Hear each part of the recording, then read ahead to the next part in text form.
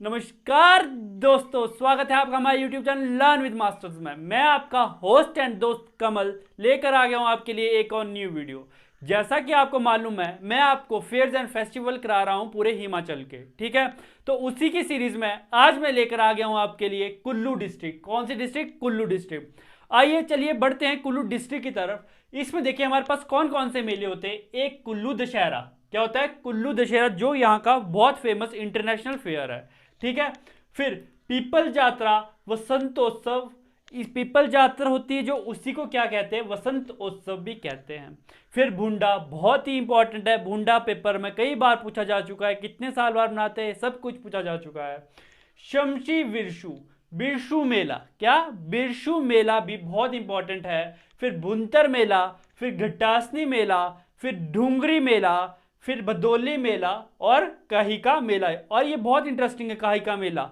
आप इसमें देखोगे जब मैं आपको पढ़ाऊंगा कि कैसे कैसे एक पुजारी की डेथ होती है और फिर वो फिर से जीवित हो जाता है। वो कहाँ पे होता है? काहिका मेला में होता है, ठीक है। तो चलिए फ्रेंड्स, बढ़ते हैं अपने कुल्लू दशहरा की तरफ।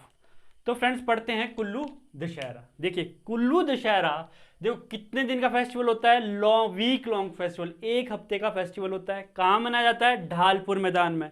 कहाँ पर मनाया जाता है? ढालपुर मैदान में, ठीक है। ढालपुर मैदान में मनाया जाता है। और कब स्टार्ट होता है? जिस दिन दशहरा होता है उस दिन चांद निकलते ही ये शुरू हो जाता है। विजयदशमी वाले दिन, स्टार्टेड ऑन विजयदशमी। विजयदशमी वाले दिन ये स्टार्ट होता है, ठीक है। अब इसकी पहले हिस्ट्री जान लेते हैं कि क्यों मनाया जाता है इतना बड़ा फेयर, कैसे बना, क्या हुआ, ठीक है। आइए जानते हैं हिस्ट्री। देखो 17वीं शताब्दी में क्या हुआ था? जगत सिंह था। जगत सिंह को 1637 से 1672 तक था, ठीक है। 17वीं शताब्दी में था, ठीक है। अब क्या हुआ, इसको किसी ने जानकारी दी, झूठी खबर दी कि एक टिपरा गांव का रहने वाला जो ब्राह्मण है दुर्गादत्त, उसके पास 1.5 किलो मोती है। कितना? 1.5 किलो मोती है। उसने अपने सैनिक के भिजवाए, ठीक है। सैनिक भिजवाए तो उस दुर्गादत्त के पास गए कि तेरे पास 1.5 किलो मोती है, हमें दे दे। लेकिन उसने बोला मेरे पास कोई मोती नहीं है। अब उसे ये डाउट हो गया कि ये लोग मुझे तंग करने वाले हैं बिना बात की कि मेरे पास 1.5 किलो मोती है, ठीक है। उसने क्या किया, अपने बच्चों के साथ ही एक कुटिया, जो इस कुटिया में रहता था, उसने आत्महत्या कर ली, ठीक है। उसने आत्महत्या कर ली। इससे क्या हुआ? इससे राजा को ब्रह्म दोष लग गया, ठीक है। ब्रह्म दोष, किसने? ब्रह्मा की हत्या की है, ठीक है। ब्राह्मण की हत्या की है किसने? राजा ने, ठीक है। इससे क्या हुआ? राजा हो गया बीमार। क्या हुआ? इसको कुष्ठ रोग हो गया और इसको खाने की जगह कीड़े दिखने लगे और पानी की जगह खून दिखने लगा। ना पानी पी सकता था, ना ही खाना खा सकता था, ठीक है। तो जब ऐसी समस्या हुई तो इसका एक गुरु था, गुरु कृष्ण दास, बहुत इंपॉर्टेंट है, गुरु कृष्ण दास, ठीक है। इसने इससे पूछा कि इसका क्या हल हो सकता है। इसने, कृष्ण दास ने कहा कि जाओ रघुनाथ, कहाँ जाओ? अयोध्या जाओ। अयोध्या जाओ, वहां से त्रेतानाथ की मूर्ति लाओ, ठीक है। त्रेतानाथ की मूर्ति लाओ। त्रेतानाथ की मूर्ति कौन सी थी? जो कि राम भगवान ने खुद अपने हाथों से रामायण, राम काल में बनाई थी, ठीक है। जब रामायण हुई थी उस टाइम पे त्रेतानाथ की मूर्ति भगवान राम ने खुद अपनी मूर्ति अपने हाथों से बनाई थी कि उसको अयोध्या से लेकर आओ, ठीक है। तो इस कार्य के लिए वो किसको भेजते? दामोदर दास को। जब वो दामोदर दास को इस कार्य के लिए भेजते हैं तो वो दामोदर दास अयोध्या जाता है, वहां थोड़े दिन रहता है, उनके साधु के साथ घुलता मिलता है, एकदम तो ला नहीं सकता था, ठीक है। तो क्या हुआ, जब वो वहां से चले गया तो वहां से चोरी करके ला रहा था उसको, ठीक है। काफी दिन रहा उनके बीच, तो उसके बाद उसने सोचा कि अब सही मौका, मैं चोरी करके ले जाता हूँ। जैसे ही वहां और ब्राह्मणों को पता लगा कि ये चोरी करके मूर्ति ले गया, दामोदर दास चोरी करके ले गया था मूर्ति, ठीक है। उन्होंने, साधु ने क्या किया, एकदम ही उसके पीछे भागे और उसको रोक दिया। तो उसने, दामोदर दास ने सारी व्यवस्था सुनाई, ऐसा ऐसा है, लेकिन पंडित वहां के ब्राह्मण वो नहीं माने कि जो अयोध्या की चीज है वो अयोध्या में ही रहेगी। वो उसके ऊपर गुस्सा कर गए। तब क्या हुआ कि अयोध्या, अब वो साधु क्या करने लगे, उस मूर्ति को अयोध्या वापस ले जाने लगे। जब वो उस मूर्ति को अयोध्या वापस ले जाने लगे तो उन साधु को कुछ दिखाई ना दे। जब वो कुल्लू की तरफ आने लगे तो उन्हें बिल्कुल स्पष्ट दिखाई दे। तो उन्होंने कहा कि ये भगवान की मर्जी है, ये कुल्लू ही जाने होंगे, ये मूर्ति कुल्लू ही जानी होगी। तो दामोदर दास उस मूर्ति को लाया और कुल्लू के रघुनाथ मंदिर में उसकी स्थापना कर दी गई, ठीक है। तब उसके बाद राजा का जो कुष्ठ रोग था, पानी में खून दिखना, वो सब कुछ ठीक हो गया और 1660 से मेला स्टार्ट कर दिया गया, ठीक है। 1660 से मेला स्टार्ट कर दिया गया। यहाँ पे पहले दिन ठाकुर निकालते हैं। ठाकुर निकालने का मतलब रघुनाथ जी की रथ यात्रा निकलती है। और छठे दिन क्या होता है, मुहक्का, मुहक्का के नाम से जाना जाता है। ठीक है, मुहक्का क्या होता है कि इस दिन सारे देवी देवता, जितने भी देवी देवता, 150 से ज़्यादा देवी देवता आए होते हैं। ठीक है, यहाँ जितने भी देवी देवता आए होते हैं वो क्या करते हैं, भगवान रघुनाथ के आगे शीश झुकाते हैं। ठीक है, इन्हें सब अपने देवता अपना इष्ट मानते हैं। और इस मेले की खास बात एक है कि यह मेला जब तक हिडिंबा माँ, आपको बताया मनाली कुल्लू की जो क्या है इष्ट माता है, वो जब तक नहीं आती तब तक ये फेयर आरंभ नहीं होता। मेन उनका आना है। ठीक है, तो देखिए ये बहुत इंपॉर्टेंट है, नोट करके लिखा है मैंने इसे कि औरंगजेब ने पहली बार, देखो औरंगजेब समकालीन था इसके जगत सिंह के समकालीन, मतलब एक ही टाइम पे दोनों थे। ठीक है, तो उस टाइम पे पहली बार कोई ऐसा मुगल शासक था औरंगजेब जिसने कुल्लू के राजा को, कुल्लू के राजा की मान्यता दी थी। ठीक है, कुल्लू के राजा की मान्यता दी थी। जगत सिंह पहला राजा था जिसको कुल्लू के राजा की मान्यता दी थी। नहीं तो और जितने भी मुगल शासक थे वो क्या कहते थे, वो इनको क्या कहते थे, जो यहाँ कुल्लू के राजा उनको क्या कहते थे, कुल्लू के जमींदार। क्या कहकर बुलाते थे, कुल्लू के जमींदार। लेकिन औरंगजेब पहला ऐसा शख्स था जिसने कुल्लू के राजा की उपाधि दी थी, किसको, जगत सिंह को। इसके बाद कुल्लू के राजा से ही कहा जाने लगे आगे तक जितने भी आए। ठीक है, तो ये थी हमारी कुल्लू दशहरा की स्टोरी।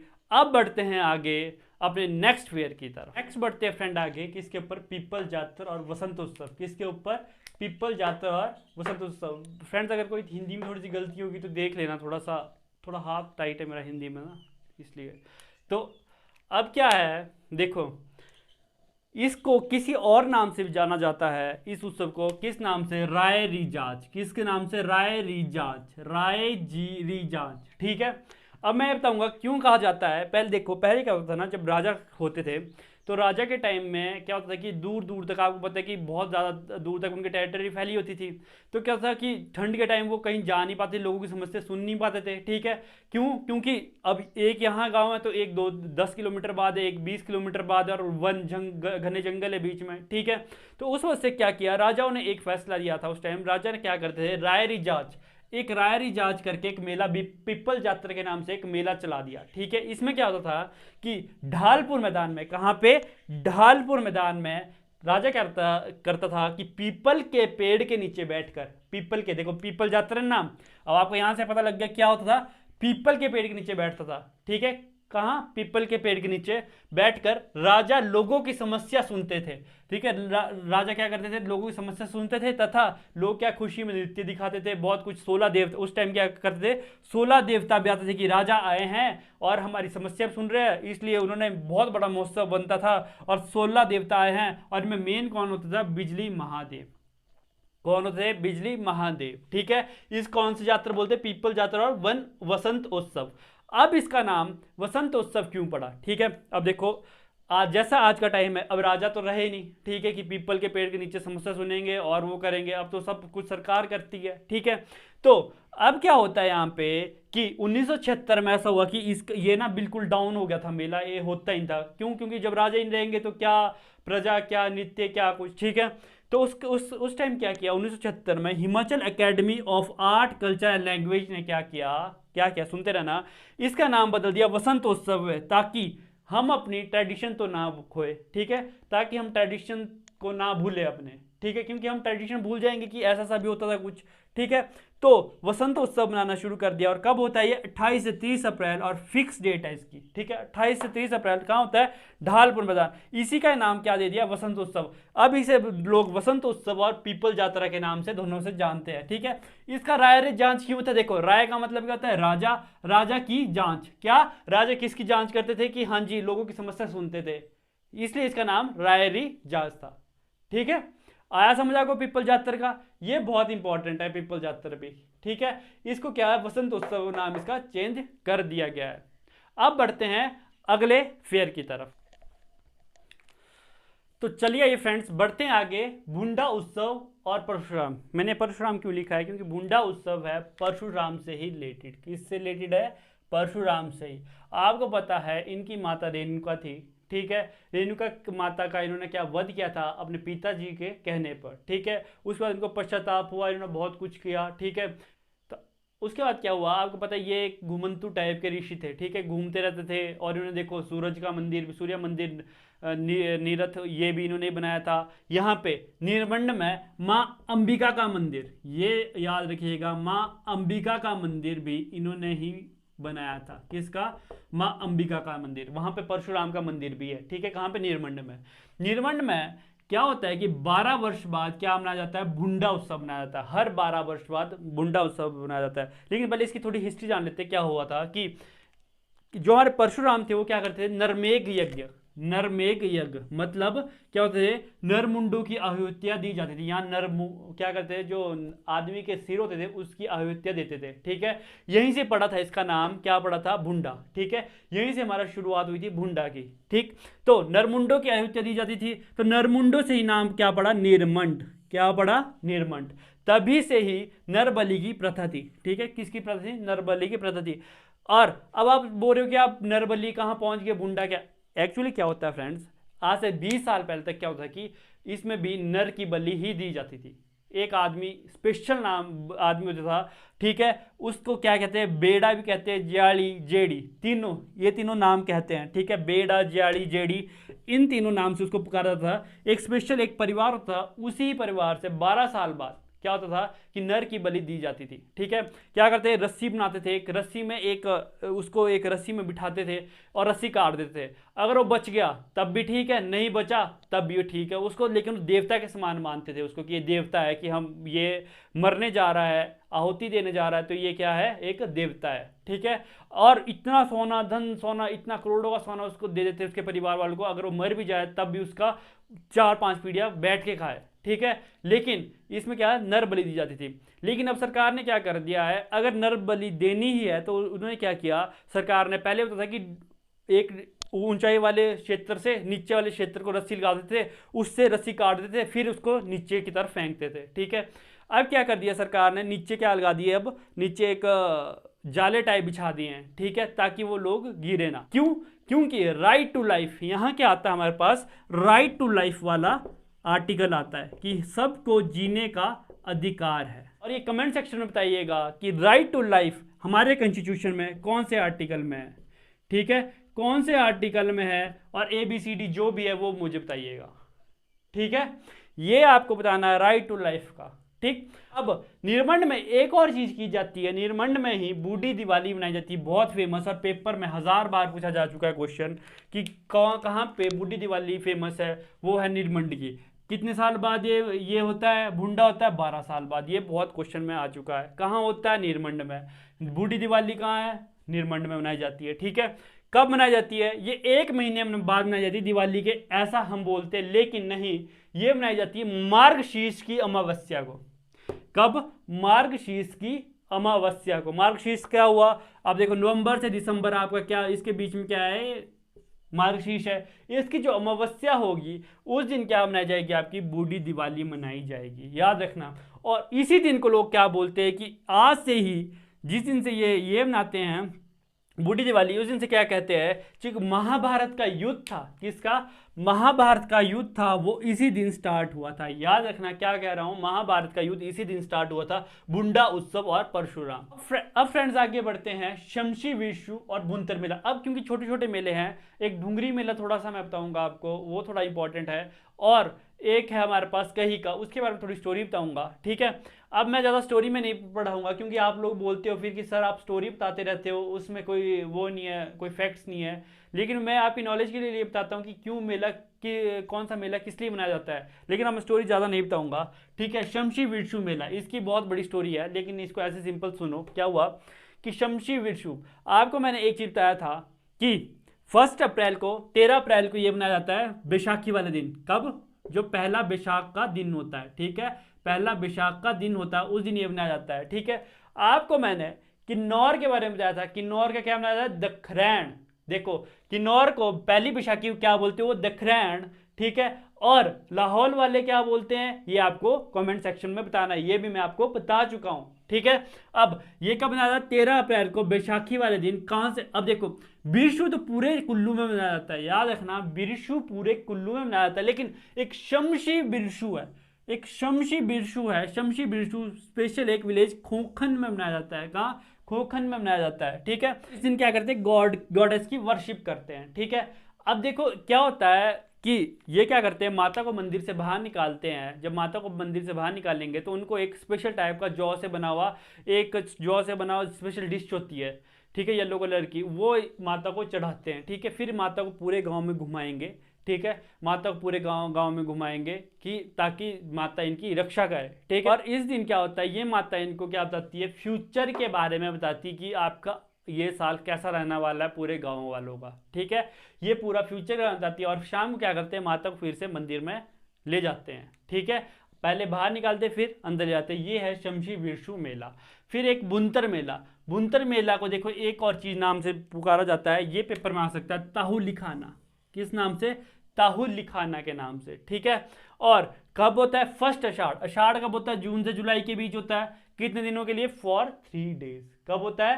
3 दिनों के लिए। ठीक है, अब इसके मेन देवता है देवता इलाका सूरजपाल, वो इसमें आते हैं भुंतर मेला में। ठीक है, 3 दिन के लिए होता है। कौन सा इलाके के देवता? कौन से? सूरजपाल। कौन सा? सूरजपाल। ठीक है, अब इसमें क्या होता है कि नई फसल के पकवान चढ़ाए जाते हैं इनके लिए। देखो उस टाइम नई फसल पकी होती है। ठीक है, उस टाइम क्या करते हैं ये लोग कि नई फसल जो इनकी हुई होती है उसके पकवान चढ़ाते हैं ये। नेक्स्ट ऑफ फ्रेंड्स करते हैं घटासनी फेयर और बदौली फेयर। देखो क्या घटासनी का मेला, घटासनी लिख लेना यार फ्रेंड्स, मेरे एक्चुअली हिंदी ज़्यादा सही नहीं है, घटासनी लिख लेना अपने आप। ठीक है, ये देखो कब मनाया जाता है? चौथे चैत्र को। चौथे चैत्र से शुरू होता है। चौथा चैत्र मतलब मार्च अप्रैल में, चौथा चैत्र मतलब ये सोच लो कि 17-18 तारीख से शुरू होता होगा अब मार्च में। ठीक है, कितने दिन का मेला होता है? 2 दिन का मेला होता है। कितने दिन का? 2 दिन का मेला होता है। विलेज द्वारा में मनाया जाता है। कहाँ? द्वारा विलेज में। अब इसकी स्टोरी सुनना चाहोगे? बहुत इंटरेस्टिंग स्टोरी है जो लोकल्स बताते हैं और ये शिव पुराण से ली गई है। देखो क्या था, आप मुझे ऐसा बोलोगे आप अध्यात्म ही पढ़ाते रहते हो, लेकिन इसके बारे में एक बहुत अच्छी स्टोरी है, तभी मैं आपको समझा रहा हूँ। ठीक है, क्या हुआ था एक बार कि आपको पता है रामचरितमानस पहले लिखी जा चुकी थी, कैलाश पर्वत की तरफ जा रहे थे सती माता और शिवजी भगवान। ठीक है, तो जब वो ऐसा हुआ तो उस टाइम पे क्या हो रहा था कि रामचरितमानस का करेक्टर थे। ठीक है, राम भगवान क्या कर रहे थे, क्या बोलते, सीता माता को वन वन में खोज रहे थे, रावण उठा के ले गया था। तो उस टाइम क्या किया कि सती माता ने, शिवजी भगवान ने मना करने पर भी सती माता ने क्या किया, राम भगवान की परीक्षा ली। क्यों? क्योंकि शिवजी भगवान से उन्होंने कहा कि अगर ये अपनी बीवी के लिए ऐसे भटक रहे हैं तो ये भगवान नहीं हो सकते। ठीक है, तो उन्होंने क्या किया, ये सीता माता का रूप बनाया और परीक्षा लेने चलेगी किसकी? राम भगवान की। ठीक है, जब वो परीक्षा लेने गई तो उस दिन उनको राम भगवान तो भगवान थे। ठीक है, उन्होंने क्या, सती माता को पहचान लिया। तो उन्होंने कहा, हे माते आप अकेली आई हैं, आपके साथ शिवजी भगवान कहाँ हैं? जैसे ही ये इतना बोलना था वैसे ही उस दिन सती माता के पानी पानी होगी कि इन्होंने मुझे पहचान लिया। ठीक है, इसी की कहा जाता है कि जब राम भगवान ने माता को, सती माता को अपना मदर कहा था, माता कहा था ना, हे माते आप यहाँ क्यों आई हो, तो उसी कॉमेमोरेट में, उसी की याद में, उसी चक्कर में ये फेयर ना था। Fair start with the worship of Vishnu भगवान एंड विलेज देवी। उसी चक्कर में ये घटासनी फेयर मनाया जाता है। समझ गए स्टोरी? ये मैं स्टोरी इसलिए समझाई आपको कि आपको थोड़ा बहुत पता होना चाहिए कि क्यों मनाया जाता है। अब आपको हमेशा याद रहेगा घटासनी फेयर क्यों मनाया जाता है। ठीक है, उसके बाद आता है बदौली फेयर। बदौली मेला कितने दिन? हर 3 साल बाद मनाया जाता है। आफ्टर 3 साल, हर 3 साल के बाद मनाया जाता है। ठीक है, कितने दिन का मेला होता है? 4 दिन का मेला होता है। ठीक है, कितने दिन का? 4 दिन का। और इस दिन की डेट कौन फिक्स करता है? ब्राह्मीण। ब्राह्मीण जो पंडित होते हैं वो इस दिन की डेट की कब ये मेला होगा। मेन तो हमारा ये रीजन है कि क्यों मनाया जाता है। रीजन ये है कि परशुराम ने, कहा जाता है, बदौली में ही मेडिटेशन, ध्यान योग किया था। ठीक है, इसी की याद में ही ये मेला किया जाता है Badauli fair. Parshuram meditative here where fair is organise, जहां पे फेयर मनाया जाता है। अब बढ़ते हैं फ्रेंड्स आगे ढूंगरी मेले की तरफ। ढूंगरी मेला आपको पता है ढूंगरी में क्या है? ढूंगरी में मनाली में है। मनाली में कहाँ? मनाली में है जहाँ हडिम्बा माता का मंदिर है। हडिम्बा माता का मंदिर कहाँ है? ढूंगरी में। बस सिंपल सी बात, यू भी लिखो डबल ओ लिख लो। ठीक है, माँ हडिम्बा माता का मंदिर कहाँ है? ढूंगरी में। इसीलिए यहाँ क्या होता है, हर साल ज्येष्ठ के महीने में, ज्येष्ठ के महीने में क्या होता है, मई जून में, ठीक है, 3 दिन के लिए क्या लगता है? मेला लगता है। 2 ज्येष्ठ से, ठीक है, 2 से, मतलब सोच लो 14-15 तारीख से यहाँ मेला लगता है, 2 दिन का 3 दिन का लगता है, 15-16-17 3 दिन के लिए लगेगा, ठीक है। फिर भीम कि हिडिंबा कौन थी? हिडिंबा थी भीम की पत्नी। क्या हुआ था इसी साथ स्टोरी में हुआ था एक बार कि पांडव 11 को क्या किया था, जो हिडिंबा था एक बहुत बड़ी राक्षसनी थी, ठीक है। तो क्या हुआ था कि उस टाइम हिडिंबा और इसका भाई ये आदमियों के वध करते थे और उन्हें खाते थे, ठीक है। तो क्या किया कि इनको जब ये पांडव भी आए तो हिडिंबा को कौन? भीम पसंद आ गया था, उसका बल देख के, उसका सब कुछ देख के भीम पसंद आ गया था।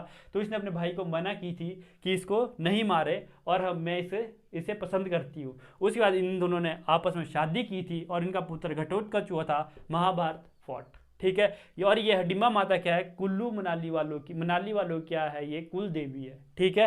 क्या है? कुल देवी।